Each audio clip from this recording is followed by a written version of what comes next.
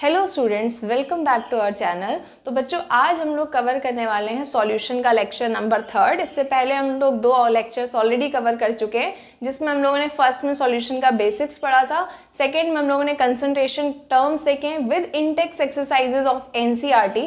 तो आपको उसके न्यूमेरिकल्स भी मिल जाएंगे, बहुत हेल्पफुल रहेगी आपके लिए वो लेक्चर्स। तो अगर अभी तक आपने नहीं देखे हैं तो उसको तुरंत से देख कर आइए और चैनल को ज़रूर सब्सक्राइब कर लीजिए, क्योंकि आपको यहाँ पे एक अच्छा कंटेंट देखने को मिलेगा। आपकी केमिस्ट्री में आपको बहुत हेल्प होने वाली है।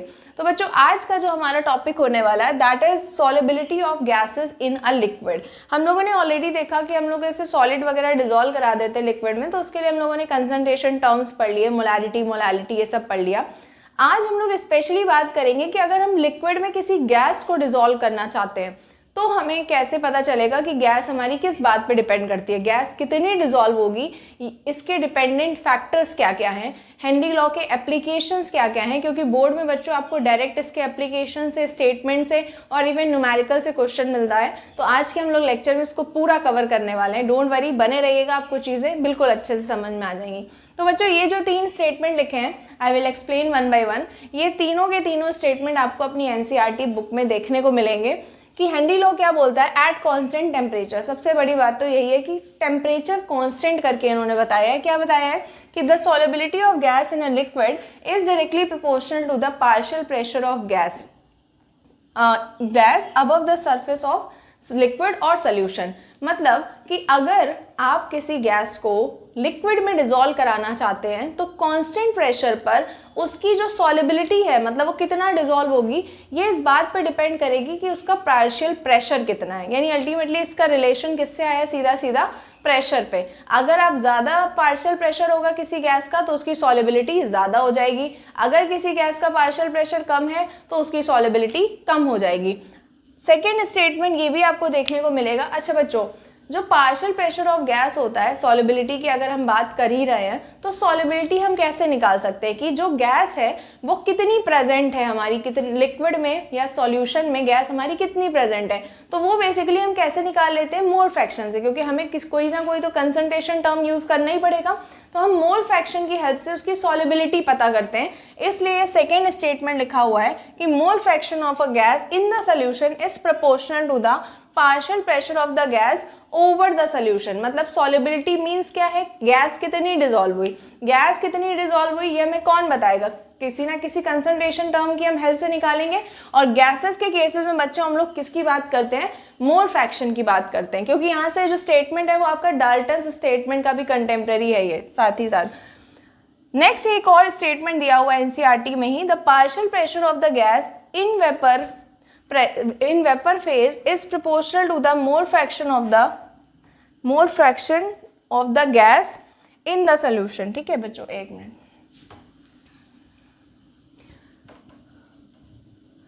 Okay, the partial pressure of the gas in vapor phase is directly proportional to the mole fraction of the gas in the solution। यानी अगर हम लोग सिंपल सी बात करें हेनरी लॉ की, तो सॉल्युबिलिटी ऑफ गैस जो है ना वो डायरेक्टली प्रोपोर्शनल है उसके पार्शियल प्रेशर की। गैस का जितना ज़्यादा पार्शियल प्रेशर होगा उसकी सॉल्युबिलिटी भी उतनी ज़्यादा हो जाएगी। सिंपल सी बात है कि लिक्विड में आप जितना गैस का प्रेशर है वो उतना ही ज़्यादा डिसॉल्व होगी। और इवन अगर हम इसका थोड़ा सा टेम्परेचर के टर्म में देखें तो बच्चों टेम्परेचर का जस्ट इन्वर्सली रिलेशन होता है कि अगर आप टेम्परेचर बढ़ाते हैं तो उससे सॉल्युबिलिटी डिक्रीज होती है। अब यहीं पर हमको इसका एक स्टेटमेंट, इसका जो फॉर्मूला है वो भी देखने को मिल जाता है। क्या है वो, प्रेशर को हम लिख सकते हैं is directly proportional to mole fraction of gas. ठीक है, और बच्चों आपको पता ही है कि जब भी हम प्रोपोर्शनैलिटी का साइन हटाते हैं तो हमें वहाँ कोई ना कोई कांस्टेंट मिलता है, और इस केस में जो हमें कांस्टेंट मिल रहा है दैट इज़ KH। तो हम लिख सकते हैं कि वेयर जो हमारा KH है दैट इज़ हेनरीज कांस्टेंट, क्योंकि न्यूमेरिकल प्रॉब्लम में आपको ये देखने को मिलता है। एक्स गैस आपको पता ही है that is mole fraction of gas. अब यहाँ से आपको कई चीज़ें देखने को मिल जाएंगी बच्चों। एक आपको एनसीईआरटी में एक ग्राफ भी दिया हुआ है, कैसे बना हुआ है, जिसमें कि यहाँ पर आपने लिया हुआ है पार्शियल प्रेशर, इधर लिया है मोल फ्रैक्शन। तो ये जो स्लोप है, ये जो स्ट्रेट लाइन दिखा रहा है बढ़ता हुआ, वो एक्चुअल में रिप्रेजेंट कर रहा होता है हेनरीज कांस्टेंट को। तो ये आपका फॉर्मूला आ गया कि जो P है वो आपका किसके इक्वल हुआ, KH into mole fraction of gas, where KH जो है वो आपका पार्शियल प्रेशर ऑफ गैस है, सॉरी हेनरीज कांस्टेंट है, और ये आपका काई गैस क्या है, मोल फ्रैक्शन ऑफ गैस है। अब इसमें एक बात समझना ज़रूरी है कि आप ऑलरेडी सेकेंड लेक्चर में हम लोग मोल फ्रैक्शन को कवर कर चुके हैं, तो वहाँ पे आप देख कर आए हैं कि अगर हम मोल फ्रैक्शन ऑफ गैस निकालते हैं तो बच्चों क्या बनेगा, सिंपल सा इसका formula, moles of gas upon total moles रखने पड़ेंगे। अब यहाँ पर मोल्स ऑफ गैस, तो हमने N गैस लिख दिया। अब टोटल मोल्स निकालने के लिए वी हैव टू यूज़ की मोल्स ऑफ गैस और प्लस, क्योंकि ये लिक्विड में डिजोल्व करवा रहा है तो हम लोग मोल्स ऑफ लिक्विड लिख सकते हैं, क्योंकि कोई ना कोई तो हम लोग लिक्विड ही लेंगे। हम लोग बात किसकी कर रहे हैं, गैसेज इन लिक्विड, यानी अवर सॉल्वेंट स्टेट जो है वो लिक्विड है और जो सॉल्यूट है वो हमारा गैस है। ठीक, अब इसमें एक चीज़ समझनी है बच्चों कि अगर आपका बहुत डाइल्यूट सोल्यूशन हो जाए, इन डाइल्यूट सोल्यूशन, तो डाइल्यूट सोल्यूशन बच्चों किसको कहते हैं, जिसमें सॉल्यूट बहुत कम मिला हो, यानी जिसमें गैस बहुत बहुत कम हमने डिजोल्व कराई है। यानी डाइल्यूट सोल्यूशन के केस में हम लिख सकते हैं कि जो हमारे मोल्स ऑफ गैस है that is very very less than moles of liquid, इसके कंपैरिजन में ऑलमोस्ट नेग्लेजिबल हो गए। जैसे अगर हम आपसे बात करें कि 1 लाख के कंपैरिजन में जो 1 है, 1 है, वो आपका क्या हो गया, 1 कंपेयर टू 1 लाख, वो बहुत नेग्लेजिबल हो गया। तो हम जब इसका फॉर्मूला यूज़ करते हैं तो आपको देखने को मिलेगा न्यूमेरिकल्स में कि हम लोग जनरली यही लगा देते हैं कि N गैस और अपॉन में यहाँ पर हमने लिख दिया N लिक्विड, क्योंकि लिक्विड के मोल्स के कंपैरिजन में जो हमारे गैस के मोल्स हैं वो बहुत बहुत बहुत कम होते हैं। तो अगर हम इसी N गैस को भी यहाँ पर रख दें, फाइनली फॉर्मूला हमारा बनाए, तो बच्चों क्या बन के आएगा,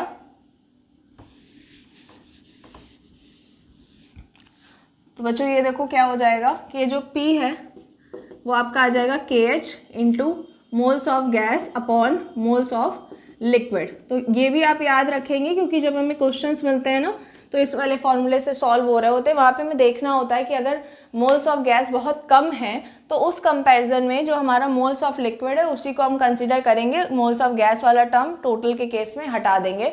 और जनरली जो हमको न्यूमेरिकल प्रॉब्लम दी जाती है करने के लिए सॉल्व, उसमें डाइल्यूट सोल्यूशन की ही बात करी जाती है। तो आई होप आपको हेनरी लॉ का स्टेटमेंट और फॉर्मूला क्लियर हो गया होगा कि soluble at constant temperature the solubility of gas is basically directly proportional to partial pressure of gas.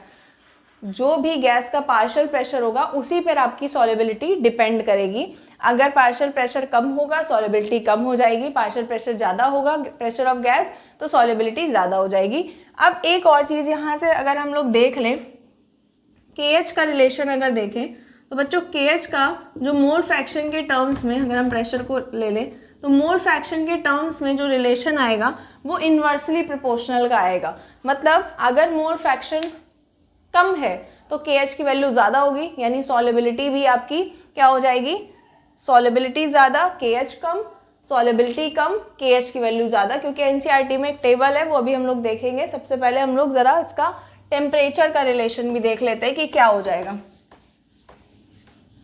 तो बच्चों अगर हम लोग टेम्परेचर की बात करें ना तो ये बहुत ही सिंपल है समझना कि प्रेशर तो आपका डायरेक्टली प्रोपोर्शनल का रिलेशन रखता है, बट जो टेम्परेचर है उसका आपके साथ सॉल्युबिलिटी का रिलेशन जो है ना वो इन्वर्सली प्रोपोर्शनल का हो जाता है। जैसे फॉर एग्जांपल आपने अपने घर में प्रोसीजर किया होगा कि अगर आप एक लिक्विड ले लेट अस सपोज और उसको हम लोग हीट करना स्टार्ट कर दे, उसका टेम्परेचर बढ़ा दे, तो आप खुद देखेंगे कि जो वेपराइज होने लगेगा, जो भी लिक्विड है आपको वो वेपराइज हो गया। तो अब अगर हम टेम्परेचर बढ़ाते जा रहे हैं तो टेम्परेचर बढ़ाने में बच्चों क्या होगा कि जो गैस है वो तो डिजोल्व ही नहीं होगी ना। सबसे पहले तो गैस ही आपकी वो तो खुद ही वो वेपर फेज में है, तो गैसियस फेज में वो पहले हट जाएगी, लिक्विड भी वेपराइज होने लगा। यानी सिंपल सी हम लोग ये कह सकते हैं कि जो सॉल्युबिलिटी ऑफ गैस है वो आपकी प्रोपोर्शनल है प्रेशर के। पहला कंडीशन तो ये आया, क्योंकि हमें पॉइंटर के फॉर्म में चीज़ें याद रहेंगी तो ज़्यादा बेटर रहेगा। हमको क्वेश्चंस ऐसे ही मिलते हैं क्योंकि उसमें स्टेटमेंट दिया होता है। सेकंड, अगर हम यहाँ पे ये कहें कि जो आपकी सॉल्युबिलिटी है ना वो आपकी इनवर्सली प्रोपोर्शनल हो जाएगी टेम्परेचर के। क्यों? अगर आप टेम्परेचर बढ़ाते हो तो सॉल्युबिलिटी डिक्रीज हो जाएगी, ऑलरेडी वेपराइज हो जाएगा, लिक्विड भी वेपराइज होने लगेगा, तो सॉल्युबिलिटी आपकी डिक्रीज हो गई। और अगर आप टेम्परेचर कम करते हो तो उस केस में आपकी सॉल्युबिलिटी मतलब बनी रहेगी, ठीक होगी नॉर्मल कंडीशन पे। भी हम लोग इसकी लिमिटेशंस भी देखेंगे, वहाँ पे भी हमको पता चलेगा कि कौन सी क्या क्या कहानी कब कब रहती है। ठीक है, तो ये हो गया हमारा दो आपको चीज़ें पता होनी चाहिए। और तीसरी चीज़ एक और, अगर हम इसके फैक्टर की बात करें बच्चों, तो कई बार नेचर ऑफ सॉल्वेंट पर भी डिपेंडेंसी होती है। नेचर ऑफ सॉल्वेंट मतलब जो आपने सॉल्वेंट की जगह जो लिक्विड यूज़ करा है उसका नेचर क्या है, पोलर है, नॉन पोलर है, इस सारी चीज़ों पर भी हमारी जो गैस की सॉल्युबिलिटी है वो डिपेंड करती है। तो डिपेंडेंसी के फैक्टर्स आपके ये आ गए। मेनली आपसे यही पूछा जाएगा स्टेटमेंट बना के कि solubility of gas increases with the decrease in pressure. तो बच्चों आपको भी पता है कि ये तो आपका रॉन्ग हो जाएगा। Increases with the increase in pressure and decreases with the increase in temperature. अगर टेम्परेचर बढ़ाओगे तो सॉल्युबिलिटी कम हो जाएगी, लेकिन अगर प्रेशर बढ़ाओगे तो आपकी सॉल्युबिलिटी क्या हो जाएगी, बढ़ जाएगी। ठीक है, तो ये आपका बच्चों हेनरी लॉ और हेनरी लॉ का स्टेटमेंट था। अब हम इसकी बात करते हैं कुछ एप्लीकेशंस की, कि हेनरी लॉ के एप्लीकेशंस क्या क्या हो जाते हैं, क्योंकि ये बहुत इंपॉर्टेंट है, पूछे जाते हैं एप्लीकेशंस ऑफ हेनरीज लॉ। तो अगर हम लोग बात करें तो पहला एप्लीकेशन तो आपका यही है कि जो सॉफ्ट ड्रिंक्स, जो आप कोल्ड ड्रिंक्स वगैरह देखते हो उसमें आपने देखा होगा कि उनमें जो आपकी डिजॉल्व्ड CO2 होती है कार्बन के, भाई कोल्ड ड्रिंक का सिंपल सा एक, अगर हम एक लाइन में समझें कि कोल्ड ड्रिंक आपकी क्या है, तो वो आपकी एक तरीके से कार्बोनेटेड वाटर ही हो गया, कि आप उसमें शुगर वाटर है, उसके बाद में उसमें CO2 हमने डिजॉल्व करवाई हुई है, और वही जब आप उसको ओपन करते हैं, आप पीते हैं, तो आपको अलग सा फील आता है, फिज जैसा फील आता है और देखने में भी लगता है। तो एक्चुअल में इसमें बच्चों किया क्या गया है, CO2 को, इन सब गैसेस को ही तो डिजॉल्व कराया है। तो आपने देखा होगा कि कोल्ड ड्रिंक्स ही जब बॉटल आप ओपन करते हो तो एकदम उसमें से आवाज़ आती है, फिज जैसा होता है, और अगर आपने उसको हिला दिया, थोड़ा शेक कर दिया और फिर ओपन किया तो लिक्विड भी समटाइम बाहर आ जाता है। क्यों? क्योंकि जब उसको सील पैक किया हुआ है तो उसको बहुत हाई प्रेशर पे बंद किया है, ताकि जो गैस हमने लिक्विड में डाली है ना वो अच्छे से डिजॉल्व हो जाए। क्योंकि हेनरी लॉ हमारा यही कहता है कि प्रेशर जितना ज़्यादा होगा सॉल्युबिलिटी उतनी ही ज़्यादा होगी, तो उसको हाई प्रेशर पर सील किया जाता है। तो ये इसका एप्लीकेशन हो गया। हम लोग लिख सकते हैं सॉफ्ट ड्रिंक्स में these are sealed at high pressure. पहली एप्लीकेशन तो यही है, पूछ लिया जाता है कि किस लॉ की एप्लीकेशन है, तो you have to write the answer, it is an application of Henry's law. Second, अगर हम लोग एप्लीकेशन की बात करें तो स्कूबा डाइवर्स की बात कर लेते हैं बच्चों, इसको ज़रा समझेंगे ध्यान से। अब बच्चों स्कूबा डाइवर्स वो होते हैं जो आपके सी वाटर, ओशन वाटर में नीचे जाते हैं, पानी में जाते हैं। अब उनके साथ में प्रॉब्लम क्या आता है, सबसे पहले तो ये बताओ कि अगर जैसे लेटर सपोज ये ग्राउंड लेवल है आपका, ठीक है, और अगर वो पानी में गए हैं सी वाटर पे, तो बच्चों आपको भी पता है कि सी वाटर पे लेवल और डिक्रीज हो जाएगा। तो लेटर सपोज एक स्कूबा डाइवर यहाँ पे था और वो आपका यहाँ पे चला गया, इस समय पे वो इधर पहुँच चुका है। तो अब बच्चों बताओ क्या होगा कि यहाँ पर तो उस पर सिर्फ और सिर्फ एटमॉस्फेरिक प्रेशर ही लग रहा था जब वो बाहर था, ग्राउंड लेवल पे था, लेकिन अब जैसे जैसे वो आपका पानी के अंदर गया तो उसके ऊपर एटमॉस्फेरिक प्रेशर के साथ ये जो लिक्विड है इसका भी तो प्रेशर लगने लगा, हाइड्रोस्कोपिक प्रेशर भी तो लगने लगा, यानी सिर्फ एटमॉस्फेरिक प्रेशर नहीं लग रहा है, ये भी प्रेशर लग रहा है। तो अब इससे क्या होगी, हेनरी लॉ कहता है कि भाई अगर प्रेशर ज़्यादा होगा तो सॉल्युबिलिटी इंक्रीज हो जाएगी। अब होता क्या है कि जो ये ऑक्सीजन सिलेंडर्स अपने लेके जाते हैं, इनमें हमने नॉर्मल एयर फिल करी होती है जिसमें ऑक्सीजन का परसेंटेज होता है और नाइट्रोजन, क्योंकि एटमॉस्फेयर में ही नाइट्रोजन ज़्यादा है तो नाइट्रोजन इनके ऑक्सीजन सिलेंडर में भी ज़्यादा होती है। ऑक्सीजन एंड N2 ये स्टार्टिंग में हुआ करता था मेन एलिमेंट, कि ऑक्सीजन भी प्रेजेंट है क्योंकि वो तो हमारे बॉडी के लिए ज़रूरी है, एज वेल एज नाइट्रोजन भी जाएगी, क्योंकि अगर एटमॉस्फेरिक में ज़्यादा नाइट्रोजन प्रेजेंट है तो वो भी आपकी जाएगी उस ऑक्सीजन सिलेंडर में। अब यहाँ पर प्रॉब्लम क्या होती है कि जब स्कूबा डाइवर नीचे जा रहा है तब तो उसे कोई दिक्कत नहीं हो रही है, क्योंकि वो जितना भी इनहेल कर रहा है ऑक्सीजन और नाइट्रोजन जितनी भी जा रही है वो उसके ब्लड में, ब्लड भी तो लिक्विड ही है, उसमें डिजॉल्व होना स्टार्ट हो जा रही है। अब डिजॉल्व होने में प्रॉब्लम क्या आ रही है कि जो ऑक्सीजन है उसका तो बॉडी में रोल होता है, क्योंकि आपको पता है कि रेस्पिरेशन में और पूरे बॉडी में ऑक्सीजन सप्लाई करना होता है ब्लड के थ्रू, तो ऑक्सीजन का तो रोल अपनी बॉडी में हमें पता है, लेकिन नाइट्रोजन का तो एज सच इतना ज़्यादा कोई रोल नहीं है और इसका अमाउंट भी ज़्यादा है, तो अब ये डिजॉल्व होती जा रही है ब्लड में।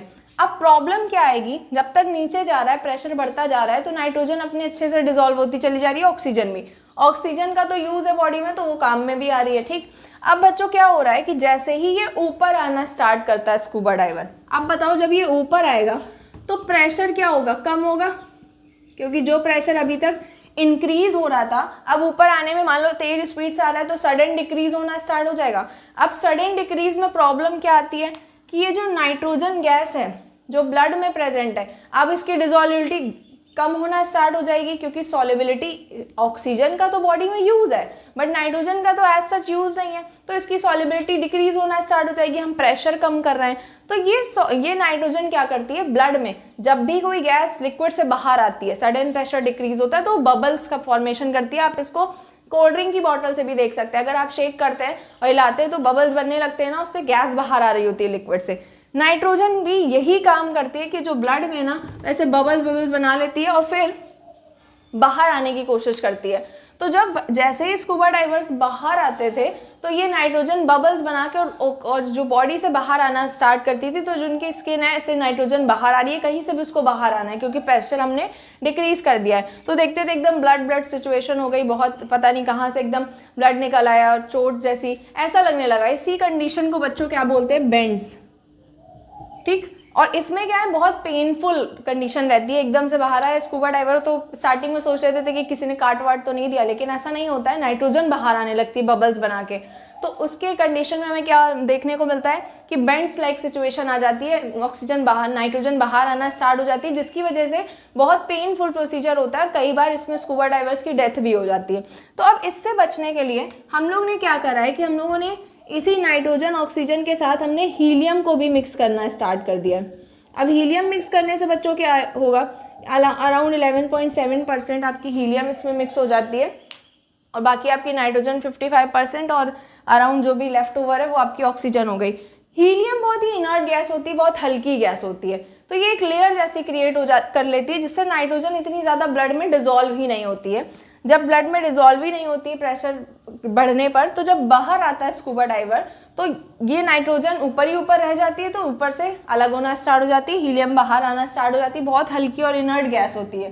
तो इसलिए हम जो है ना इस बेंड्स लाइक सिचुएशन से बच जाते हैं, क्योंकि नाइट्रोजन अगर बहुत ज़्यादा डिजोल्व हुई तो बबल्स बना के बाहर आएगी। हीलियम ने उसकी डिजोल्बिलिटी को ही रोक दिया कि हाँ बहुत ज़्यादा जो सॉल्युबिलिटी है नाइट्रोजन की रुक गई, हीलियम ने एक लेयर जैसी क्रिएट कर दी। अब जब हम बाहर आएंगे तो ये पहले हीलियम नाइट्रोजन को ऊपर से बाहर करेगी, फिर हीलियम बाहर आएगी और तब तक स्कूबा डाइवर हमारा बाहर आ चुका होता है और वो इस कंडीशन से बच जाता है। ये बहुत इंपॉर्टेंट एप्लीकेशन है बच्चों, इसको याद रखिएगा हेनरी लॉ की, कि सॉफ्ट ड्रिंक्स में सील्ड करा जाता है, क्यों, हाई प्रेशर पे। और सेकेंड कंडीशन ये स्कूबा डाइवर वाली, आपको ये बहुत अच्छे से समझ में आनी चाहिए। अगर आपको थोड़ा सा भी डाउट है तो आप वीडियो को रिवर्स करके देखिएगा, आपको समझ में आ जाएगा। थर्ड जो है बच्चों वो हायर एल्टीट्यूड पे क्रिएट होती है कंडीशन, इसकी जो एप्लीकेशन है। तो हम लोग यहाँ पे भी एक डिसीज़ की बात करने वाले हैं, एनोक्सिया बोलते हैं उसको। अब देखो बच्चों क्या होता है, जैसे जैसे हम लोग हायर एल्टीट्यूड पे जाते हैं, मतलब ग्राउंड लेवल से ऊपर जाते हैं, पहाड़ों पे जा रहे हैं, वहाँ पे क्या होता है एटमॉस्फेरिक प्रेशर कम हो जाता है, ये आपको सबको पता है। उससे क्या होता है कि जो ऑक्सीजन हमारी ब्लड मतलब बॉडी में जा रही है, ब्लड में जा रही है, उसका कंसंट्रेशन, उसकी सॉल्युबिलिटी भी कम होने लगेगी। अगर ऑक्सीजन सप्लाई ही बॉडी में कम हो गया तो उस केस में क्या होगा कि मतलब जो भी इंसान ऊपर हायर एल्टीट्यूड में गया उसको प्रॉब्लम होने लगेगी, थिंकिंग में प्रॉब्लम आ जाएगी, चक्कर आने लगेंगे, अच्छे से सोच समझ के कुछ डिसीजन नहीं ले पाएगा, और इस कंडीशन को क्या कहते हैं, एनोक्सिया कहते हैं। इसलिए जो भी आपके रॉक क्लाइंबर्स वगैरह होते हैं तो उनके पास ऑक्सीजन सिलेंडर होते हैं, तो जैसे अगर वो कम होने लगता है तो उनके साथ में ये कंडीशन आना स्टार्ट हो जाती है हायर एल्टीट्यूड पे। तो बच्चों ये 3 आपकी मेन एप्लीकेशन थी जो आपके एनसीईआरटी में भी मेंशन है। तीनों एप्लीकेशंस को बहुत ध्यान से आप लर्न करिएगा, अच्छे से समझ लीजिएगा, समझ में आपको आ गई होंगी, इसके नोट्स बना लीजिएगा, अपनी बुक खोल के पढ़िएगा, आपको सारी चीज़ें क्लियर हो जाएंगी। अब हम लोग आ जाते हैं बच्चों, बात करते हैं हेनरी लॉ की कुछ लिमिटेशंस की। तो अगर हम लोग बच्चों हेनरी लॉ की लिमिटेशंस की बात करेंगे ना, तो आप कुछ थोड़ा लिमिटेशंस इसकी याद रखिए। फर्स्ट तो बच्चों pressure is not too high,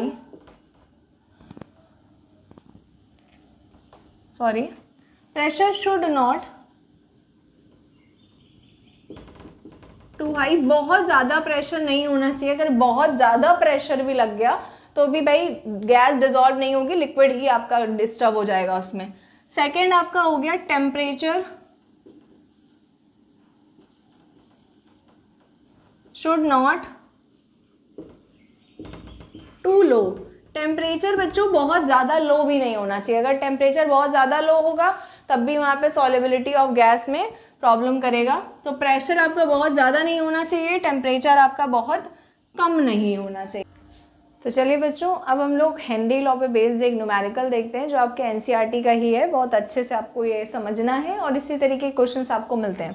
ठीक है, तो देखिए बच्चों, क्वेश्चन क्या है कि if N2 gas, nitrogen gas है, is bubbled through water at 293 kelvin, how many millimoles of N2 gas would dissolve in 1 litre of water? Assume that N2 exerts a partial pressure of 0.987 bar and given that Henry's law constant for N2 at 293 Kelvin is 76.48 kilo बार। मतलब nitrogen gas की बात करी जा रही है कि उसको water में डिसॉल्व करवाया गया है, उसके लिए हमको पार्शियल प्रेशर गिवन है, हेनरी लॉ कांस्टेंट भी गिवन है।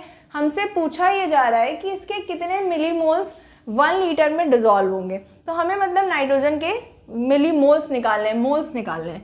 ठीक है, तो बच्चों देखते हैं कैसे सॉल्व होगा ये। सबसे पहले जब भी आप कोई न्यूमेरिकल सॉल्व कर रहे हैं, ज़रूरी नहीं है सॉल्यूशन का, कोई भी कर रहे हैं, सबसे पहले गिवन कंडीशंस लिख लिया करिए, क्योंकि इससे आपकी आधी प्रॉब्लम सॉल्व हो जाती है। क्या क्या दिया हुआ है, टेम्परेचर गिवन है 293 यानी कॉन्स्टेंट ही है, इसको लिखने की ज़रूरत नहीं है, हमें पता चल गया है, बस जस्ट फॉर इन्फॉर्मेशन दिया हुआ है। हमें यहाँ पे प्रेशर ऑफ गैस दिया हुआ है N2 का, कह रहे हैं कि ये हमारा 0.987 बार है, लिख लिया हमने। हेनरी लॉ कांस्टेंट की वैल्यू दी है, हेनरीज कांस्टेंट की 76.48 किलो बार दिया हुआ है।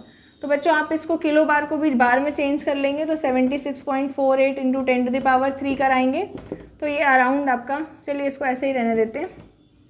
अब हमको मोल्स के लिए सबसे पहले हमें पता है कि अकॉर्डिंग टू हेनरी लॉ बच्चों क्या होता है कि Pn2 जो है वो आपका इक्वल हो जाएगा KH into mole fraction of N2, ये हो जाएगा। तो यहाँ से हम इसका मोल फ्रैक्शन निकाल सकते हैं। फॉर्मूला क्या बनेगा बच्चों, mole fraction of N2 is equals to Pn2 upon KH। रखेंगे इसको, आ जाएगा कितना 0.987 अपॉन में 76.48 इंटू 10⁻³ तो इसको सॉल्व कर लेंगे। इसको सॉल्व करके बच्चों अराउंड आएगा, ये हमने ऑलरेडी सॉल्व कर लिया है इसको, 1.29 इंटू 10⁻⁵। ठीक, ये आ गया आपका हेनरी लॉ कांस्टेंट की वैल्यू। अब आगे चलते हैं, हमें पूछे मोल्स ऑफ N2। तो बच्चों एक चीज़ यहाँ से ये क्लियर समझो कि 1 लीटर ऑफ वाटर की बात हो रही है, सॉल्वेंट हमारा यहाँ पे वाटर है, तो सबसे पहले हम वाटर के मोल्स निकाल लेते हैं। मोल्स ऑफ वाटर बच्चों कैसे निकलेगा बताओ, वॉल्यूम दिया है वाटर का 1 लीटर, और आप जानते हैं कि वाटर की डेंसिटी भी आपकी कितनी होती है, 1 ही होती है, 1 ग्राम पर सेंटीमीटर क्यूब। तो अगर हम यहाँ से मास निकाल लेंगे वाटर का तो बेटा वो कितना आ जाएगा, 1 kg आ जाएगा। ठीक है, क्योंकि 1 लीटर दिया है, डेंसिटी से आप मल्टीप्लाई करा देंगे, 1 kg आ जाएगा, यानी यहाँ पर हम 1000 ग्राम लिख सकते हैं। अब यहाँ से अगर हम मोल्स निकालेंगे, यहाँ पे लिख लेते हैं फॉर मोल्स ऑफ वाटर, तो हम यहाँ पे लिख देते हैं NH2O की अगर बच्चों हम लोग वैल्यू निकालेंगे तो आ जाएगी 1000 अपॉन 18, क्योंकि मोलर मास कितना होता है वाटर का, 18 होता है, तो ये आ गया 55.55 मोल्स किसके, वाटर के। हमें निकालने किसके, नाइट्रोजन के। अब एक चीज़ समझनी है हमको, ज़रा ये पता कर लेते हैं हम लोग कि क्या ये डाइल्यूट सोल्यूशन है या फिर ये कंसनट्रेटेड सोल्यूशन है।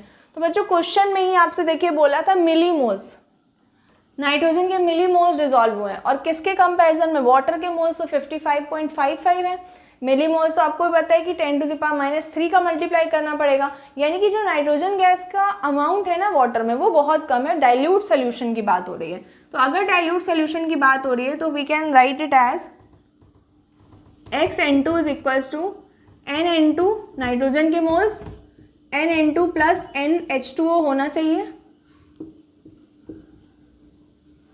बट क्योंकि हमें क्वेश्चन में पता है कि जो हमारा सोल्यूशन है वो डाइल्यूट है, तो हम इसको एज कंपेयर टू वाटर के it is very very less, तो इसको हम नेग्लिजिबल ले लेंगे, सॉल्व कर लेंगे। अब इसकी वैल्यू हमें पता है 1.29 इंटू 10⁻⁵ इज इक्वल्स टू, ये हमें निकालने हैं NN2 बच्चों और NH2 हमने निकाल लिया 55.55। इसको ज़रा सॉल्व करेंगे, यहाँ पर देख लेते हैं इसको सॉल्व करके। तो ये आएगा N(N2) is equals to 1.29 into 10⁻⁻5 into 55.55। तो बच्चों अगर हम इसको भी सॉल्व करवा लेंगे तो ये हमारा आ जाएगा अराउंड 7.16 इंटू 10⁻⁴ मोल्स, मोल्स नहीं मिली मोल्स। ठीक, क्योंकि क्वेश्चन में हमसे यही पूछा था कि आप ये बता दीजिए कि आपके मिली मोल्स कितने होंगे। तो हाँ, एक मिनट बच्चों, ये हम लोगों ने जो निकाला है ना, इसको सॉल्व कराने के बाद बच्चों में निकाल लेंगे तो ये हमारे मोल्स आ गए। हमसे पूछा है मिली मोल्स, तो मिली मोल्स अगर आप निकालोगे तो आपको 10⁻³ से मल्टीप्लाई कराना पड़ेगा। तो क्या आ जाएगा, फाइनल आंसर आ जाएगा, यहाँ पे 10⁻⁻1 बचेगी, आ जाएगा 0.716 मिली मोल्स। एंड यही आपका क्या है बच्चों, आंसर, क्योंकि आपसे यही पूछा गया था कि 1 लीटर ऑफ वाटर में नाइट्रोजन के कितने मोल्स डिजॉल्व होंगे। कई बार क्वेश्चन बहुत सिंपल होते हैं, सीधा यहाँ पर फॉर्मूला लगा देते हैं, कोई एक वैल्यू दी रहती है, 2 वैल्यू और एक पूछ ली जाती है। इस क्वेश्चन में आपसे मोल्स की बात करी थी, प्लस आपको ये भी देखना था इस क्वेश्चन में कि ये डाइल्यूट सोल्यूशन की बात करी जा रही है, तो हमें उसको NN2 को as compare to H2O negligible लेना था, हटा देना था वहाँ से टर्म। तो ये बच्चों NCERT का ही क्वेश्चन था, अच्छा था, हेनरी लॉ पे बेस्ड था। तो आई होप आपको आज के लेक्चर में हेनरी लॉ की एप्लीकेशंस, लिमिटेशंस, कंडीशंस, मतलब क्या क्या उसके फैक्टर्स थे, डिपेंडेंसी, ये सारी चीज़ें आपको अच्छे से समझ में आ गई होंगी। ग्राफ भी हम लोगों ने देखा था किस तरीके से NCERT में गिवन है। बस ये चीज़ याद रखनी है कि हेनरी लॉ में सॉल्युबिलिटी प्रेशर पर डिपेंड करती है। हेनरी लॉ यही कहता है टेम्परेचर के इन्वर्सली प्रोपोर्शनल होती है। प्रेशर बढ़ाओगे सॉल्युबिलिटी बढ़ेगी, लेकिन टेम्परेचर बढ़ाओगे तो सॉल्युबिलिटी आपकी कम हो जाएगी। एप्लीकेशन 3 मेन we have already discussed. After that we have already discuss some numerical हम लोगों ने देख लिया। तो आई होप आपको समझ में आया होगा। अगर आपको इससे हेल्प मिली है तो चैनल को सब्सक्राइब कर दीजिएगा, अपने फ्रेंड्स के साथ में भी शेयर कर दीजिएगा और लाइक करिएगा वीडियो को। मिलेंगे हम लोग इसके नेक्स्ट लेक्चर में।